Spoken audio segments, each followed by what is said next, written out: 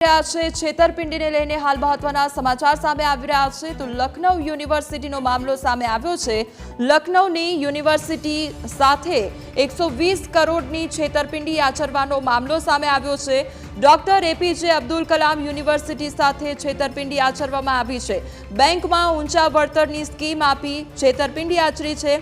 કૌભાંડમાં સુરત અમદાવાદના યુવકોના નામ પણ ખુલ્યા છે તો યુપી પોલીસે ગુજરાતમાંથી 2 યુવકોની અટકાયત કરી છે। સમગ્ર કૌભાંડમાં લખનઉ અને હૈદરાબાદ ઉપરાંત સુરત અમદાવાદના તાર પણ સામે આવ્યા છે। ગુજરાતના અન્ય યુવકોની સંડોવણી હોવાની પણ આશંકા સેવાઈ રહી છે। તો લખનઉની યુનિવર્સિટી સાથે 120 કરોડની છેતરપિંડી આચરવાનો મામલો સામે આવ્યો છે। Doctor APJ Abdul Kalam university સાથે છેતરપિંડી આચરવામાં આવી તો બેંકમાં ઊંચા વળતરની સ્કીમ આપી છેતરપિંડી આચરી અને કૌભાંડમાં સુરત અમદાવાદના યુવકોના નામ પણ ખુલ્યા છે તો યુપી પોલીસે ગુજરાતમાંથી 2 યુવકોની અટકાયત કરી છે। સમગ્ર કૌભાંડમાં લખનઉ અને હૈદરાબાદ ઉપરાંત સુરત અમદાવાદના તાર પણ સામે આવ્યા છે। ગુજરાતના અન્ય યુવકોની સંડોવણી હોવાની આશંકા પણ વ્યક્ત કરવામાં આવી રહી છે।